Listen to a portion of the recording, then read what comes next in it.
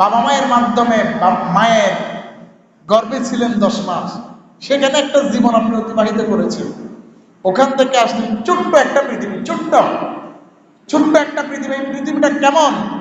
আল্লাহ নবী সাল্লাল্লাহু আলাইহি সাল্লাম তার সাহাবীদেরকে বলছেন, আমার সাহাবীরা শোনো, কেউ যদি সাগরে পানি আঙ্গুল চুবায়, আঙ্গুলটা উঠানোর পর এই যে ফোঁটা পানি পড়ে, এর চেয়ে নগণ্য হচ্ছে পৃথিবীটা।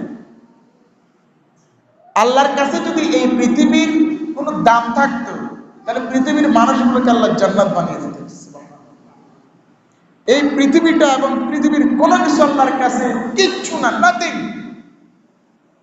আল্লাহ এটাকে কিছুই মনে করেন না, কারণ আল্লাহ পৃথিবীর যে হাজার হাজার গুণে বড় কত কিছু আছে আল্লাহ। সামান্য আমরা এখান থেকে খালি চোখে তারকা রাজি দেখতে পাই, ঠিক না? তারকা দেখতে পাই না? এই পৃথিবীর যে 13,000 কোটি গুণ বড় হচ্ছে একটা সূর্য, 13,000 কোটি গুণ। আর একটা তারকার ভিতরে এরকম কত হাজার কোটি গুণ সূর্যকে একসাথে রাখা যাবে। আর এরকম অগণিত তারকা আকাশের বুকে আমরা জমিন থেকে দেখতে পাই। কিয়ামত পর্যন্ত গণলেও কতগুলো তারকা আছে সেটা গণার হিসাব কেউ বের করতে। আর এই তারকাগুলো যে জায়গায় থাকে ওটার নাম গ্যালাক্সি। ওই গ্যালাক্সি আরো কত বড় চিন্তা করা যায়? আমাদের সামান্য ছোট্ট একটা পৃথিবী নিয়ে আমাদের কত বাহাদুরি, ঠিক না বেটে? হাইরি সাংঘাতিক। 60 বছর 70 বছর জীবন কিচ্ছু না, একেবারেই কিচ্ছু না, একেবারেই কিচ্ছু না। আপনি রাতে ঘুমালেন, সকালে ঘুম থেকে উঠলেন, 8 ঘন্টা চলে যায় না? ঘুম থেকে উঠে কি মনে হয়? এই তো কিছুক্ষণ আগে ঘুমাইছি, ঠিক না? পৃথিবীটা তো একেবারে ছোট্ট একটা জিনিস, নগণ্য একটা জিনিস। এই পৃথিবীর মানুষ হয়ে আমাদের কত বাহাদুরি, কত কিছু আজকে আমরা ভুলে গেছি। আমাদের কে একদিন এখান থেকে ট্রান্সফার হতে হবে। আপনার জীবন শেষ নয়। আমরা মনে করি মৃত্যু মানে শেষ না, মৃত্যু মানে শেষ না। মৃত্যু মানে ওই যে আপনি রূপ জগৎ থেকে মায়ের গর্ভে আসছেন, মায়ের গর্ভ থেকে আপনি পৃথিবীতে আসছেন, এই যে একটা পদ্ধতি, সিস্টেম। ঠিক আপনি পৃথিবী থেকে আপনি আরেকটা জগতে যাবেন, এটা আরেকটা সিস্টেম, ওটা আরেকটা সিস্টেম। আপনি যখন কবর জগতে চলে যাবেন তখন আরেক রকম জীবন। রূপ জগতে ছিলেন, এটা একরকম জীবন ছিল। মায়ের গর্ভে সেটা আরেক রকম জীবন, এটা আরেক রকম জীবন, কবরটা আরেক রকম জীবন। আল্লাহু আকবার। এই স্বল্প সময়, এখানে অল্প সময় আমাদেরকে পাঠিয়েছেন যে আল্লাহকে খুশি করানোর জন্য, আল্লাহকে রাজি করানোর জন্য। যাতে অনন্তকাল যার কোনো হিসাব নেই, ওই জীবনটা পাওয়ার জন্য, ওই জীবনটাকে সুখময় করার জন্য, কল্যাণকর করার জন্য আপনাকে এই পৃথিবীতে সামান্য সময় নিয়ে আমার রব পাঠিয়েছে। আমরা যদি একবার চিন্তা করি, আল্লাহ বলছেন কুল্লু নাফসিন যায়িকাতুল মাউত, প্রত্যেকটা প্রাণী, আল্লাহ যত কিছু সৃষ্টি করেছেন সকলের মৃত্যুর স্বাদ গ্রহণ করবে বলছে। মৃত্যু গ্রহণ করবে এটা বলে না, কি বলেছে? মৃত্যুর স্বাদ গ্রহণ করবে। যে মরার যে একটা কষ্ট, মরার যে একটা মানুষের কাছে যন্ত্রণা, এটা যে একটা মজাদার নাকি কষ্টকর, এটা একটা টেস্ট আছে। এই টেস্টটা সবাই পাবে। যদি জীবনটা শেষ হয়ে যেত, আল্লাহ বলতেন কুল্লু নাফসিন মাউত, সকল প্রাণী মরে যাইত। যায়িকাতুল মাউত এই কথা বলতেন না, যায়িকাতুল মাউত, যায়িকা মানে হচ্ছে টেস্ট, স্বাদ গ্রহণ করতেই হবে, আপনাকে টেস্ট নিতেই হবে। টেস্টটা কারোর জন্য কষ্টকর, কারোর জন্য অত্যন্ত দুঃখময়। এরপর আল্লাহ বলতেছেন ওয়া ইন্নামা তুওয়াফাউনা উজুরাকুম ইয়াওমাল কিয়ামা, কিয়ামতের দিন আল্লাহ তোমাদেরকে পরিপূর্ণভাবে যার যতটুকু পাওনা ততটুকু আল্লাহ দিয়ে দিবেন। সুবহানাল্লাহ। আপনি যতটুকু আমল করেছেন ততটুকু আপনাকে আল্লাহ কিয়ামতের মাঠে দিয়ে দিবেন। ভালো করলে ভালোটা দিবেন, খারাপ করলে খারাপটা দিবেন। এরপর বলছেন ফামান যুহজিহা আনিন নার, যখন অতঃপর যাকে জাহান্নাম থেকে দূরে রাখা হবে, ওয়াদখিলাল জান্নাহ, এবং জান্নাতে প্রবেশ করানো হবে, ফাকাদ ফাজ, সেই তো সফল কাম। যার থেকে জাহান্নামকে দূরে রাখা হবে, জান্নাতের দরজাটা তার জন্য খুলে দেওয়া হবে, তার মতো সফল কাম পৃথিবীর বুকে এবং আখিরাতে আর কেউ হতে পারে। আপনি বলতে পারেন পৃথিবীতে একজন মানুষ ম্যাট্রিক ইন্টার সব এ প্লাস পেয়ে বিশেষ ক্যাডার সচিব প্রধানমন্ত্রী হয়ে গেল, ওর মতো সফল মনে হয় আর কেউ নাই। ভুল।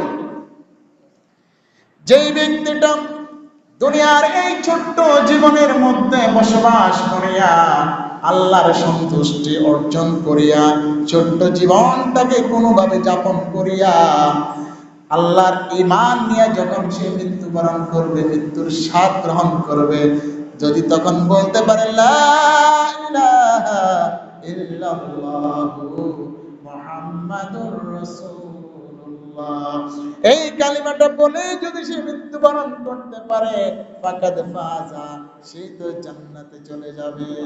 সুবহানাল্লাহ, ঠিক না বেটি? আর যে ব্যক্তি দুনিয়ার চাকচিক্যময় হাজার হাজার কোটি বিলিয়ন ডলারের মালিক, হেলিকপ্টার আছে, পার্সোনাল বিমান আছে, পার্সোনাল বাড়ি আছে, স্বর্ণের বাড়ি করেছে, স্বর্ণের তাজমহল করেছে, পৃথিবীর জমিনে আছে স্বর্ণের ঘর, স্বর্ণের খাট, স্বর্ণের টয়লেট, এমনকি যে সংসার যে খাবার খায় ওটা পর্যন্ত স্বর্ণের করে বেঁধেছে। কাতার না দুবাইয়ের একজন অত্যন্ত ধনী ব্যক্তি, সে এমন করেছে, গত কিছুদিন আগে সে মারা গেছে, মারা যাওয়ার আগে সে বলে গেছে, আমি যে খাটে করে আমারে নিয়ে যাইবা, ওই খাটটাও পর্যন্ত তোমরা স্বর্ণ দিয়ে বানাইবা। দুনিয়ার এই চাকচিক্যময় জীবন এত কিছু করলো, এত কিছু করে সে যদি কবরে শান্তি না পায়, কবরে ঢোকার সাথে সাথে যদি সে ধরা খেয়ে যায়, তার এই জীবনের কোনো মূল্য আছে নাকি? কোনো মূল্য আছে? কোনো মূল্য আছে? সারা জীবন সে চাকচিক্যময় জীবন ভোগ করলো, কবরে যাওয়ার সাথে সাথে যদি সে ধরা খায়, মান রব্বুকা, এই প্রশ্নের উত্তর যদি সে দিতে না পারে, মা দীনুকা, এটার উত্তর যদি সে দিতে না পারে, তাহলে তার কপালে ভালো না খারাপ? সে দুনিয়ার জীবন যত কিছু, যতই হেডামলা হোক, কবর জীবনে গিয়ে যদি ধরা খেয়ে যায়, শেষ। আর দুনিয়ার জীবনে একদম দুর্বল ব্যক্তিটা, একেবারেই দুর্বল, সে ব্যক্তিটা কবরে যাওয়ার সাথে সাথে যদি জান্নাতের সুখের তার কবরে ঢুকতে থাকে, তার মতো সফল আর কে হতে পারে? ঠিক না বেটে? ওয়ামাল হায়াতুদ দুনিয়া ইল্লা মাতাউল গুরুর। আল্লাহ বলতেছেন এই পৃথিবীর চাকচিক্যময় পৃথিবীটা তোমাদের জন্য প্রতারণা ছাড়া আর কিছু না। আল্লাহ, এই পৃথিবীটা প্রতারণা ছাড়া আর কিচ্ছু না। এই পৃথিবীটা হচ্ছে আপনার কাছে, একজন মানুষের কাছে তাফসীর কারকেরা উদাহরণ দেয়, পৃথিবীটা হচ্ছে এমন, আপনার নিজের স্ত্রী আছে, পরের স্ত্রী খুবই সুন্দর, এত সুন্দর দেখলেই কলিজা ঠান্ডা হয়ে যায়। শরীয়ত কি আপনাকে তাকে দেখার সুযোগ আছে? ধরার সুযোগ আছে? চিন্তা করার সুযোগ আছে? কিন্তু আপনি তো পৃথিবীটাকে এমনই পাচ্ছেন, এই পৃথিবীটা আপনার কাছে এমন, পরের সুন্দরী স্ত্রীর ন্যায়। আপনি তাকে দেখারও সুযোগ নাই, ধরারও সুযোগ নাই, কল্পনাও করার সুযোগ রাখেন। এই পৃথিবীতে আপনাকে পাঠিয়েছে শুধুমাত্র, কেবলমাত্র ইবাদত করতে হবে কার? আল্লাহ। আইন মানতে হবে কার? শুধু নামাজে না সমাজে, পরিবারে, রাষ্ট্রে, প্রত্যেকটা সেক্টরে আইন চলবে কার? আল্লাহ। কিন্তু আমরা কি আইন চালাইতে পারি? শুধু আপনার ঘরে তো পারি না, থাকতো সমাজ আর রাষ্ট্র, ঘরে পারেন কিনা? ঘরে পারা সম্ভব হয়? ঘরে স্ত্রী, বোন, মাকে, কন্যাকে কন্ট্রোল করতে আমরা পারি না যে ব্যক্তি, সেই ব্যক্তি সমাজ, রাষ্ট্র কিভাবে আমরা পরিচালনা করব? ঠিক না বেটি? সাধারণ আমার নিজের বডিতে তো সে 3.5 হাত বডিতে তো আমার ইসলাম নাই, থাকতো আমার ঘরে আমি ইসলাম প্রতিষ্ঠা করব, থাকতো আমার সমাজে করব, থাকতো আমার রাষ্ট্রে করব। ঠিক না? ইমান, এই ইমানওয়ালা বান্দারা একটু ডিফারেন্ট হয়, অন্যদের চেয়ে আলাদা হয়, অন্যদের চেয়ে ভিন্ন হয়।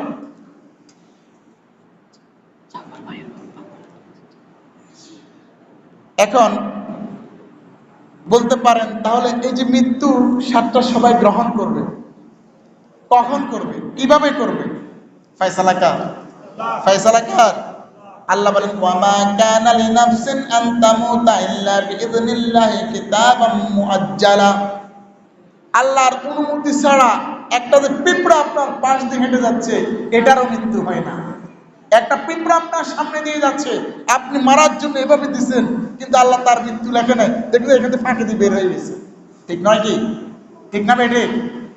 আর মৃত্যুর ফয়সালা হয়ে গেছে, একদম সহজ, মসজিদে আসছে, নামাজ পড়ছে, একদম স্বাভাবিক ব্যক্তি, দুম করে মরি শেষ। ফয়সালা কার? ফয়সালা কার?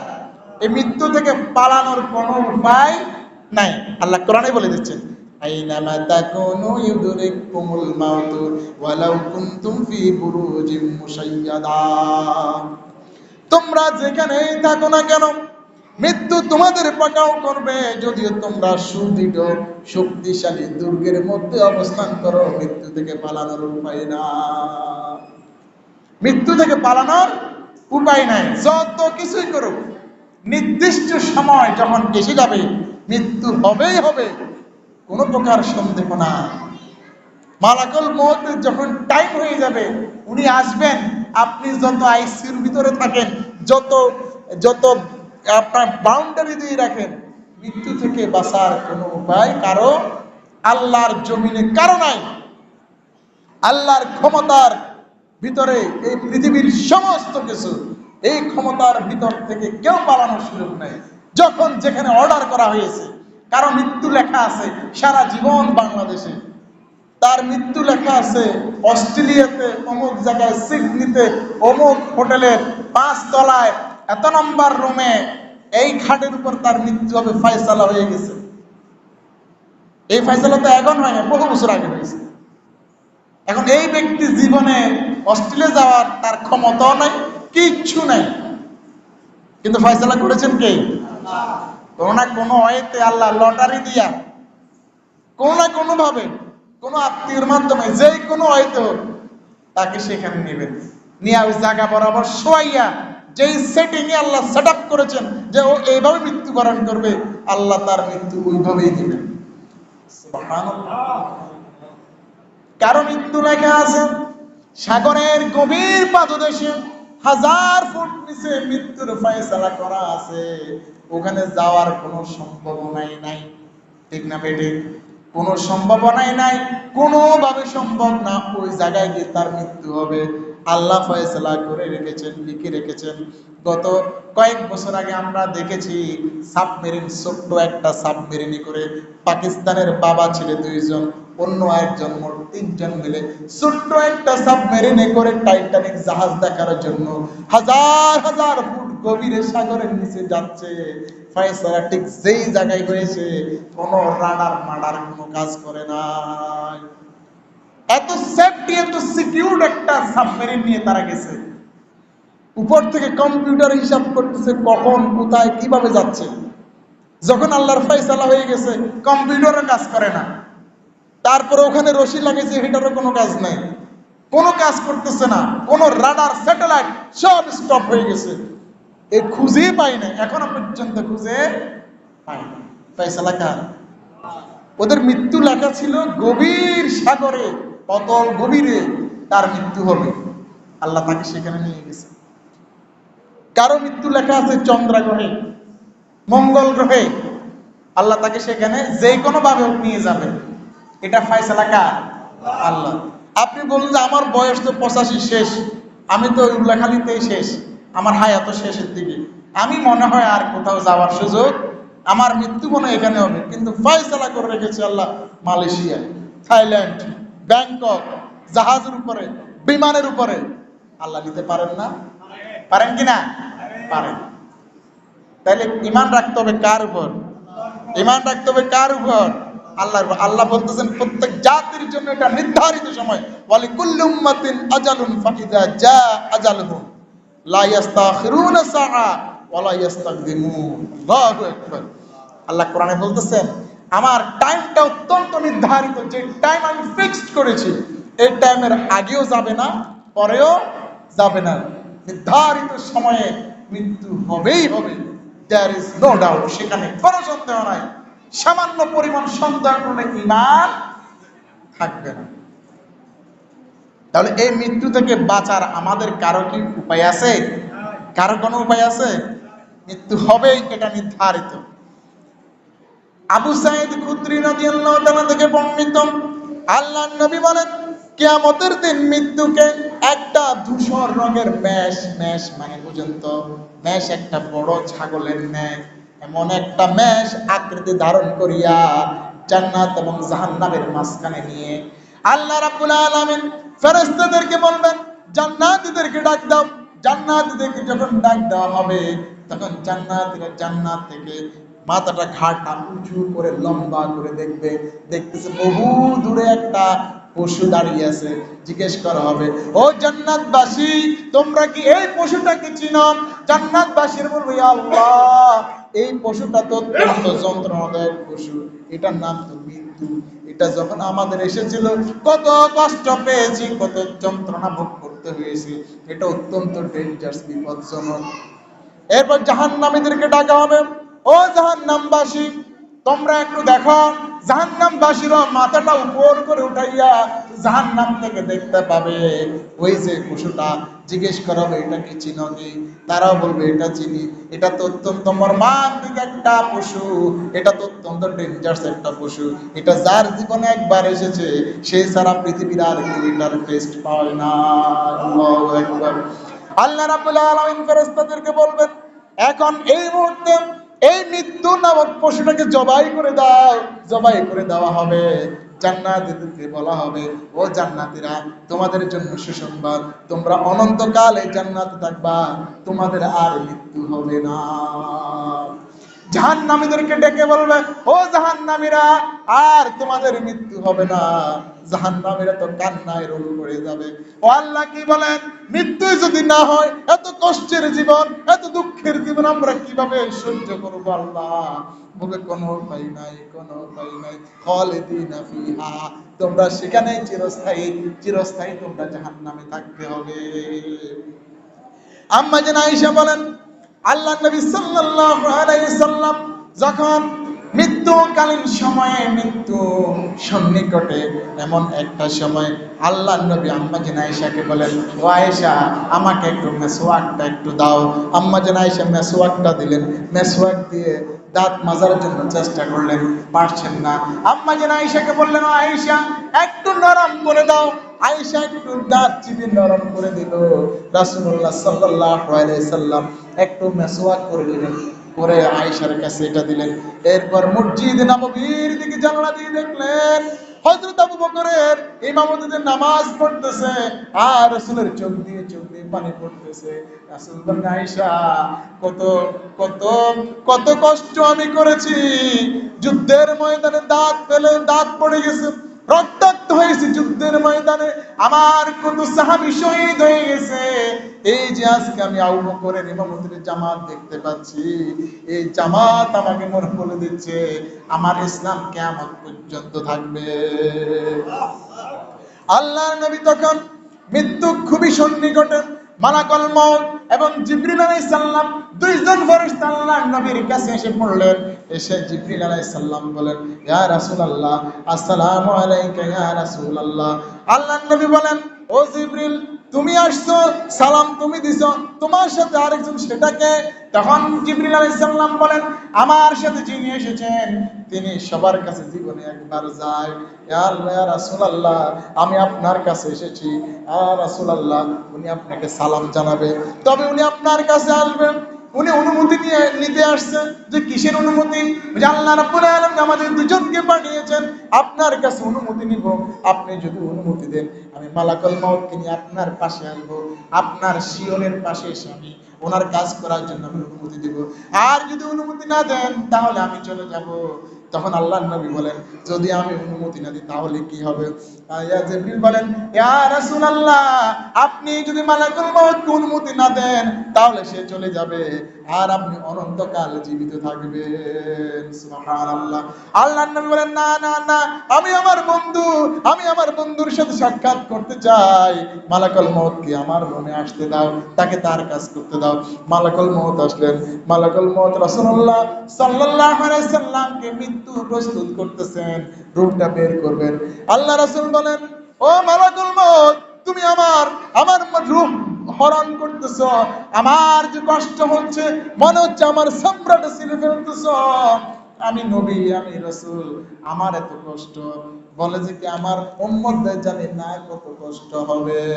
তখন আল্লাহ নবী বলেন, ও মালাকুল মউত, তোমার কাছে আমি একটা অনুরোধ করতেছি, আমার সমস্ত উম্মত যারা ঈমানদার, যারা মুমিন, তাদের রূহটা এত কষ্ট করে নিও না। সবার রূহের কষ্টটা আজ আমি নবীকে দাও, দিয়ে আমার রূহটা হরণ করো, কিন্তু আমার মুমিন বান্দাদেরকে তুমি এত কষ্ট দিও না। আল্লাহ নবী সাল্লাল্লাহু আলাইহি সাল্লামের যে মৃত্যু যন্ত্রণা, নবী রাসূল, পাওয়ারফুল রাসূল, যে নবীর এক কথায় সমস্ত উম্মতকে, ঈমানদার সকলকে জান্নাত দিয়ে দিবেন। সুবহানাল্লাহ। সমস্ত উম্মত যারা ঈমানদার সকলকে জান্নাত দিয়ে দিবেন যে নবী এক কথায়। সেই নবীর মৃত্যুর সময় কত কষ্ট নবী নিজে বলে গেছেন। আল্লাহু আকবার, আল্লাহু আকবার, আল্লাহু আকবার। তা আমি আপনি তো কিছুই না, সবাইকে সাকরাতুল মউত, মৃত্যুর যন্ত্রণা ভোগ করতেই হবে। আল্লাহর নবী ওই মুহূর্তে দোয়া করেছেন, আল্লাহুম্মা আইন্নি আলা সাকরাতিল মাউত, আল্লাহুম্মা আইন্নি আলা সাকরাতিল মাউত। ও আল্লাহ, মৃত্যুর যে যন্ত্রণা, মৃত্যুর যে কষ্ট, রব্বুল আলামিন আমাকে মৃত্যুর যন্ত্রণা থেকে আল্লাহ সাহায্য করুন। আমার কথা না রাসূলের কথা, আমার কথা না রাসূলের কথা, আমার দোয়া না রাসূলের দোয়া। এই দোয়া মৃত্যুর সময় নবীজি পড়েছেন, তাহলে কত না কষ্ট নবীজি পেয়েছে। আমাদের মতো মানুষগুলো আমরা মৃত্যুকে ভয় পাই না, ঠিক না বেটে? মৃত্যুর কথা তো স্মরণে থাকে না, ঠিক না? মৃত্যু আমরা কেউ মনে করি, মৃত্যু মনে করলে মনে হচ্ছে মৃত্যু আমার হয়ে যাবে, ঠিক না বেটে? হ্যাঁ, আপনার মৃত্যু লেখা আছে 90 বছরে, আপনি যদি 20 বছর থেকে মৃত্যুকে স্মরণ করেন, এটা আপনার আমল নামায় সওয়াব লেখা হবে, বলেন না? মৃত্যু আপনাকে খারাপ কাজ থেকে, মৃত্যুর স্মরণ আপনাকে খারাপ কাজ, অশ্লীল কাজ থেকে দূরে রাখবে। এই জন্য নবী বলেছেন, তোমরা মৃত্যুকে বেশি বেশি স্মরণ করো, মৃত্যুকে বেশি বেশি স্মরণ করো, তাহলে তোমাদের আমল সুন্দর হবে। নামাজ পড়তে গেছেন, আপনি যদি মরণের ভয় নিয়ে নামাজ পড়েন, আপনার ওই নামাজ সুন্দর হবে। আপনি ব্যবসা করতে গেছেন, আপনি মরণের ভয় যদি থাকে, আল্লাহ আমি তো এখন মরতেও পারি, এই ভয় নিয়ে যদি আপনি বিজনেস করেন, ব্যবসা করেন, আপনি ভুল করবেন না, আপনি মাফে কম দিবেন না, মিথ্যা কথা বলবেন না, ঠিক না বেঠিক? ঠিক না বেঠিক? আপনি ব্যবসা করতেছেন, যুদ্ধে যাচ্ছেন,